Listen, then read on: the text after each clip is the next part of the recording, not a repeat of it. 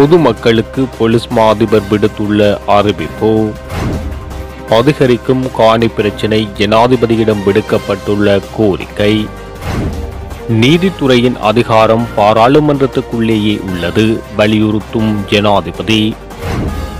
யுனெஸ்கோவின் பணிப்பாளர் நாயகம் இலங்கைக்கு விஜயம். சாவகச்சேரி வைத்தியசாலை தொடர்பில் வைத்தியர் ரஜீவ் வெளியிட்ட தகவல். தடைக்கு மத்தியில் பெருந்தொகை தின்மீன்கள் இறக்குமதி, விடுக்கப்பட்டுள்ள கோரிக்கை.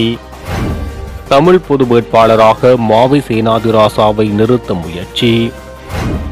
ஈரானுக்கு செலுத்த வேண்டிய கடனை தேயிலை ஏற்றுமதி மூலம் அடைத்த இலங்கை. கொழும்பின் முக்கிய பகுதியில் மனித எலும்புக்கூடுகள் கண்டுபிடிப்பு. சாவகச்சேரி வைத்தியசாலையில் பாலியல் தொல்லைகள், பிள்ளைகளின் எதிர்காலத்தால் எழுத்து மூலமாக முறைப்பாடு தரவில்லை, முன்னாள் வைத்திய அத்தியட்சர் தெரிவிப்பு. தொடர்பான விரிவான செய்திகள். மக்களின் பாதுகாப்பிற்கு தேவையான அனைத்து நடவடிக்கைகளையும் மேற்கொண்டுள்ளதாகவும் பாதாள உலகக்குழு தொடர்பில் பொதுமக்கள் ஒருபோதும் அச்சப்பட வேண்டாம் என்றும் போலீஸ் மா அதிபர் தேசபந்து தென்னகோன் தெரிவித்துள்ளார். ஊடகங்களுக்கு கருத்து தெரிவிக்கும் போது அவர் இதனை தெரிவித்துள்ளார். இது தொடர்பில் மேலும் தெரிவிக்கையில், சமூகத்திலிருந்து ஒழுங்கமைக்கப்பட்ட குற்ற செயல்களை செய்யும் கும்பல்களை இல்லாதொழிக்கும் செயற்பாடுகள் மிக சிறந்த திட்டத்தின் கீழ் மேற்கொள்ளப்படுகின்றன. அண்மைய சம்பவங்கள் தொடர்பில் போலீசார் செயற்பட்டு வருவதுடன் 4 பாதாள உலக குழுக்கள் கட்டுப்படுத்தப்பட்டுள்ளன. கடந்த 2.5 மாதங்களில் எவ்வித அசம்பாவிதங்களும் இடம்பெறவில்லை. கடந்த 3-4 மாதங்களில் 800க்கும் மேற்பட்ட பாதாள உலக உறுப்பினர்கள் கைது செய்யப்பட்டுள்ளனர். வெளிநாடுகளில் உள்ள குற்றவாளிகள் தொடர்பில் அவதானம் செலுத்தப்பட்டுள்ளதுடன் இது தொடர்பில் பொதுமக்கள் ஒருபோதும் அச்சப்பட வேண்டாம் என போலீஸ் மா அதிபர் தெரிவித்துள்ளார். நாட்டில் காணப்படும் பெரும்பாலான நீதிமன்றங்களில் நிலம் தொடர்பான பல வழக்குகள் நிலுவையில் உள்ளன என பாராளுமன்ற உறுப்பினர் எஸ்.எம். சந்திரசேன தெரிவித்துள்ளார். நாட்டில் காணப்படும் பெரும்பாலான நீதிமன்றங்களில் நிலம் தொடர்பான பல வழக்குகள் நிலுவையில் உள்ளது என பாராளுமன்ற உறுப்பினர் எஸ்.எம். சந்திரசேன தெரிவித்துள்ளார். நிகழ்வொன்றில் உரையாற்றும் போது அவர் இதனை தெரிவித்துள்ளார். மேலும் தெரிவிக்கையில், காணி பிரச்சினை மக்களுக்கு பெரும் பிரச்சனையாக உள்ளது. நிலம் தொடர்பான வழக்குகளை தீர்க்க பல ஆண்டுகளாக மக்கள் நீதிமன்றத்துக்கு சென்று வருகின்றனர். குறித்த பிரதேசத்தில் காணி அமைச்சர்களும் இருந்தனர். ஆனால் அவர்களால் மக்கள் காணி பிரச்சினைகளை தீர்க்க முடியவில்லை. இந்த பிரச்சினைகளில் இருந்து மக்களை விடுவிப்பதற்காக ஜனாதிபதி உரிமைய வேலை திட்டத்தை ஆரம்பித்துள்ளார். குறைந்தபட்சம் இந்த பிரதேசத்தில் இருக்கும் ஜேவிபியின் தலைவரால் மக்களுக்கு எதுவும் செய்ய முடியவில்லை. இந்த ரஜரட்ட பிரதேசத்தில் இருந்துதான் நாட்டுக்கு அரிசி வழங்கப்பட்டது. 2007ஆம் ஆண்டு ஆரம்பிக்கப்பட்ட மொரகந்த திட்டத்திலிருந்து ரஜரட்டவுக்கு இதுவரை தண்ணீர் கிடைக்கவில்லை.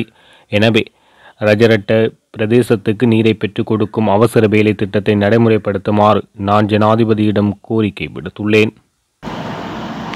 நீதித்துறை அதிகாரம் நாடாளுமன்றத்திற்குள்ளேயே உள்ளது என்று ஜனாதிபதி ரணில் விக்ரமசிங்கே தெரிவித்துள்ளார்.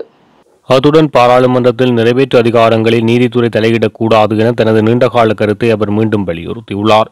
மகியங்கனையில் இடம்பெற்ற உரிமை இலவச காணி உறுதி வழங்கும் நிகழ்ச்சியில் கலந்து கொண்டு உரையாற்றும் போது அவர் இதனை தெரிவித்துள்ளார்.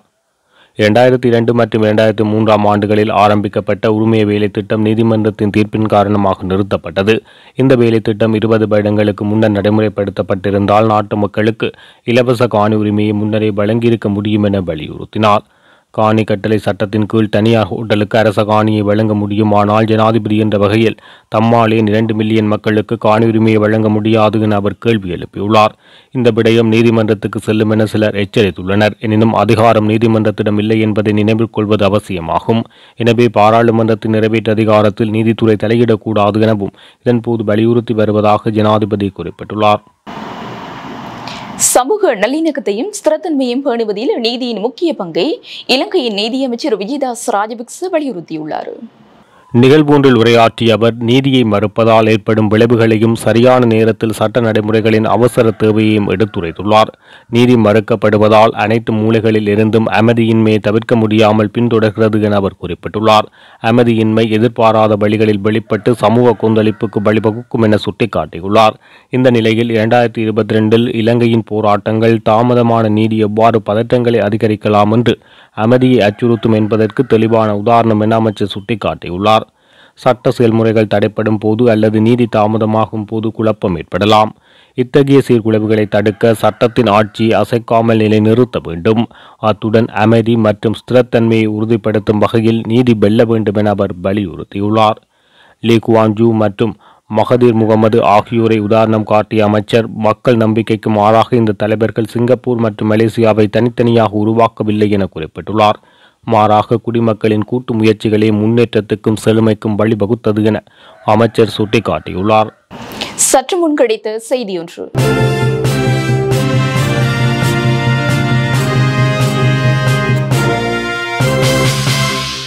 சாவகச்சேரி ஆதார வைத்தியசாலை அலுவலகங்களுக்குள் நுழைய தடை விதித்து வைத்தியர் ராமநாதன் அர்ச்சுனாவுக்கு சாவகச்சேரி நீதவான் நீதிமன்றம் உத்தரவிட்டுள்ளது. அத்துடன் அவர் சமூக ஊடகங்களில் ஏனைய வைத்தியர்கள் மீது சுமத்திய குற்றச்சாட்டுகளுக்கான ஆதாரங்களுடன் சாவகச்சேரி போலீசில் முன்னிலையாகி வாக்குமூலம் அளிக்கவும் உத்தரவிட்டுள்ளார். தான் முன்வைத்த குற்றச்சாட்டுகளுக்கு அர்ச்சுனா நாளை ஆதாரங்களை சமர்ப்பிக்காவிட்டால் அவர் மீது வழக்கு தொடரலாம் என போலீசாருக்கு உத்தரவு பிறப்பிக்கப்பட்டுள்ளது. சாவகச்சேரி வைத்தியர்களுக்கு எதிரான அவதூறு உள்ளிட்ட விவகாரங்களில் சாவகச்சேரி போலீஸ் நிலையத்தில் முறைப்பாடு பதிவு செய்யப்பட்டிருந்தது. சாவகச்சேரி போலீசார் இது குறித்து சாவகச்சேரி நீதிமன்றத்தில் அறிக்கையிட்டனர். இது தொடர்பான 5 முறைப்பாடுகளில் இன்று மருத்துவர் அர்ச்சுனாவை நீதிமன்றத்தில் முன்னிலையாக நீதவான் உத்தரவிட்டார். இன்றைய வழக்கு விசாரணையில் முறைப்பாடளித்த வைத்தியர்கள் சார்பில் சட்டத்தரணிகளான திருக்குமரன், குருபரன் ஆகியோர் முன்னிலையாகினர். அர்ச்சுனா தனக்கு சட்டத்தரணிகளை நியமிக்கவில்லை. சாவகச்சேரி ஆதார வைத்தியசாலையின் சுமூகமான செயற்பாட்டுக்காக அர்ச்சுனா அந்த வைத்தியசாலையின் நிர்வாகத்தில் தலையிட வைத்தியசாலைக்குள் நுழைய நீதவான் தடை உத்தரவு பிறப்பித்தார். வைத்தியசாலை விடுதியில் தங்குவதற்கு மாத்திரம் அனுமதி அளிக்கப்பட்டது. அத்துடன் சமூக ஊடகங்கள் வழியாக ஏனைய வைத்தியர்களுக்கு எதிராக சுமத்திய குற்றச்சாட்டுகளுக்கான ஆதாரங்களுடன் சாவகச்சேரி போலீஸ் நிலையத்தில் முன்னிலையாகி வாக்குமூலம் அளிக்கவும் உத்தரவு பிறப்பிக்கப்பட்டுள்ளது. அந்த குற்றச்சாட்டுகளுக்கான ஆதாரங்களை அர்ச்சுனா முன்வைக்காத பட்சத்தில் அவருக்கு எதிராக வழக்கு தொடரலாம் என நீதவான் குறிப்பிட்டுள்ளார். அத்துடன் இன்றைய நீதிமன்ற வழக்கு தொடர்பாக சமூக ஊடகங்களில் பதிவிடவோ நேரலை வெளியிடவோ நீதிமன்றம் தடை விதித்தது. அர்ச்சுனாவை ரூபாய் 75,000 பிணையில் செல்ல நீதவான் உத்தரவிட்டார். அத்துடன் வழக்காளிகள் சார்பில் முன்னிலையான சட்டத்தரணிகள் மக்களுக்கு எதிரான வழக்கில் முன்னிலையாவதாக குற்றம் சாட்டினர். எனினும் தமது தரப்பு முறைப்பாட்டாளர்கள் சார்பில் மாத்திரமே தாம் முன்னிலையாவதாக சட்டத்தரணிகள் குறிப்பிட்டனர்.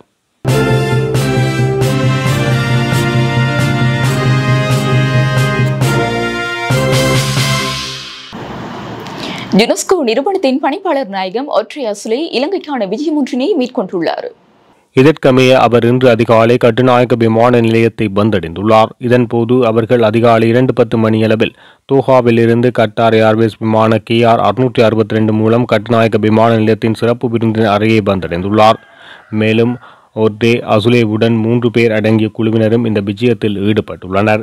இந்த நிலையில் அவர்களை வரவேற்க இலங்கை வெளிவிவகார அமைச்சின் அதிகாரிகள் குழு ஒன்றும் கட்டுநாயக்க விமான நிலையத்துக்கு வந்துள்ளமை குறிப்பிடத்தக்கது. சாவகச்சேரி ஆதார வைத்தியசாலையின் பணிகள் வழமை போல் சுமூகமாக நடைபெற்று வருவதாக வைத்தியசாலையின் புதிய பதில் வைத்திய அத்தியட்சகர் வைத்தியர் கோபாலமூர்த்தி ராஜீவ் தெரிவித்துள்ளார். வைத்தியசாலையின் இன்றைய நிலவரம் தொடர்பில் ஊடகவியலாளர்கள் எழுப்பிய கேள்விக்கு பதிலளிக்கும் போது அவர் இதனை தெரிவித்துள்ளார். வைத்தியர் அர்ச்சுனா நேற்று காலை அலுவலகத்துக்கு வருகை தந்து தன்னுடைய காலப்பகுதியில் ஏற்கனவே இருந்த அரச கடிதங்களை பார்வையிட்டு கையொப்பத்தை பதிவிட்டார். மத்திய அரசால் வழங்கப்பட்ட கடிதத்தின் உண்மைத்தன்மை தொடர்பில் தனக்கு தெரியாது என்றும் தான் மத்திய அமைச்சிடம் நேரடியாக சென்று கேட்டபோது தனக்கு அந்த கடிதம் வழங்கப்படவில்லை என வைத்தியர் அர்ச்சுனா தெரிவித்துள்ளார். நான் அந்த கடிதத்தின் பிரதியை அவருக்கு வழங்கினேன். அவர் அதனை பார்வையிட்ட போதும் எடுத்து செல்லவில்லை. அதன் பின் தொடர்ச்சியாக என்னை கடமையாற்றுமாறு கூறிவிட்டு அத்தியட்சகர் காரியாலயத்திலிருந்து வைத்தியர் அர்ச்சுனா வெளியேறினார். வைத்தியசாலை பணிகள் வழமை போல் சுமூகமாக நடைபெற்று வருகின்றன. எந்தவிதமான பிரச்சனைகளும் இல்லாமல் நோயாளிகள் தமக்கான சிகிச்சைகளை பெற்று வருகின்றனர். அதேபோல் வைத்தியர்களும் ஏனைய உத்தியோகத்தர்களும் தமது கடமையில் ஈடுபட்டு வருகின்றனர். நாங்கள் தொடர்ச்சியாக வைத்தியசாலையினுடைய அபிவிருத்தி பணிகளை தொடர்பாகவும் கலந்துரையாடி வருகின்றோம் என தெரிவித்துள்ளார். 4 மாதங்களுக்கு முன்பிருந்த நிலைமையை ஒப்பிடும்போது அரசின் திட்டங்களை 3 மடங்கு அதிகமாக மக்கள் ஏற்றுக்கொண்டுள்ளதாக வெரைட்டி ரிசர்ச் நிறுவனம் சமீபத்தில் நடத்திய ஆய்வில் தெரியவந்துள்ளது. 2024 பிப்ரவரியில் 7% இருந்த அரசாங்கத்தின் மீதான மக்களின் ஒப்புதல் 24%, அதாவது 3 மடங்குக்கும் அதிகமாக அதிகரித்துள்ளது. கருத்து கணிப்பில் பங்கேற்றவர்களில் 28% பேர் தற்போதைய பொருளாதார நிலையை நல்லது மற்றும் சிறப்பானது என வகைப்படுத்தியுள்ளனர். இது கடந்த பிப்ரவரி மாதம் இருந்த 9% எண்ணிக்கையிலிருந்து 3 மடங்கு அதிகமாகும். இதேவேளை நாட்டின் பொருளாதார நிலை மேம்படும் என நம்பும் மக்களின் பங்கும் 3 மடங்கு அதிகரித்து 30% காணப்படுகிறது. கடந்த பிப்ரவரி மாதம் 9% மக்கள் மட்டுமே இவ்வாறு எதிர்பார்த்துள்ளனர்.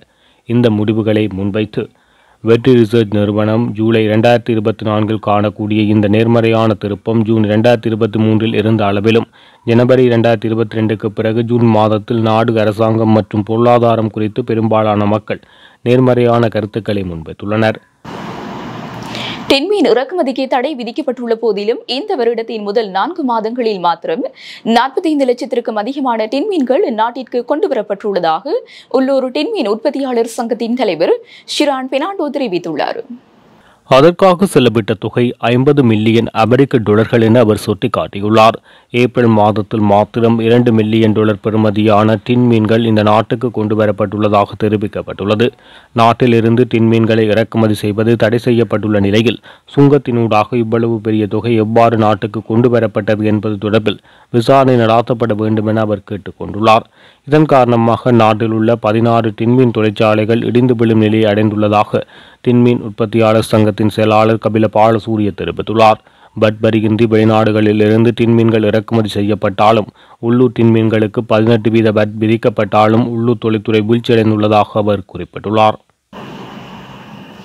சிலோன் தேயிலை ஏற்றுமதியானது ஈரானுக்கு செலுத்த வேண்டிய $60 மில்லியன் அமெரிக்க டாலர் கடனை செலுத்த உதவியுள்ளது என இலங்கை தேயிலை சபை தெரிவித்துள்ளது. 2011 ஆண்டு முதல் ஈரானிலிருந்து எரிபொருள் இறக்குமதி செய்தமைக்காக $281 மில்லியன் அமெரிக்க டாலர் நிதியை இலங்கை ஈரானுக்கு செலுத்த வேண்டியிருந்தது. இந்த நிலையில் இந்த காலப்பகுதியில் ஈரானுக்கான தேயிலை ஏற்றுமதி 3 மடங்காக அதிகரித்ததன் மூலம் தீர்வு எட்டப்பட்டதாக இலங்கை தேயிலை சபையின் தலைவர் நிராஜ் டி மெல் தெரிவித்துள்ளார். கோவிட்-19 தொற்றுநோய் மற்றும் உள்நாட்டு பொருளாதார வீழ்ச்சியினால் மோசமாக நிதி சவால்களை எதிர்கொண்ட இலங்கை அந்நிய செலாவணி பற்றாக்குறையால் ஈரானுக்கான தனது கடனை திருப்பி செலுத்த முடியாது போராடியது. இப்பிரச்சினைக்கு தீர்வு காண தேயிலை ஏற்றுமதி மூலம் நிலுவையில் உள்ள கடன்களை தீர்ப்பதில் கவனம் செலுத்தி இரு நாடுகளுக்கும் இடையே ஒப்பந்தம் ஏற்பட்டது.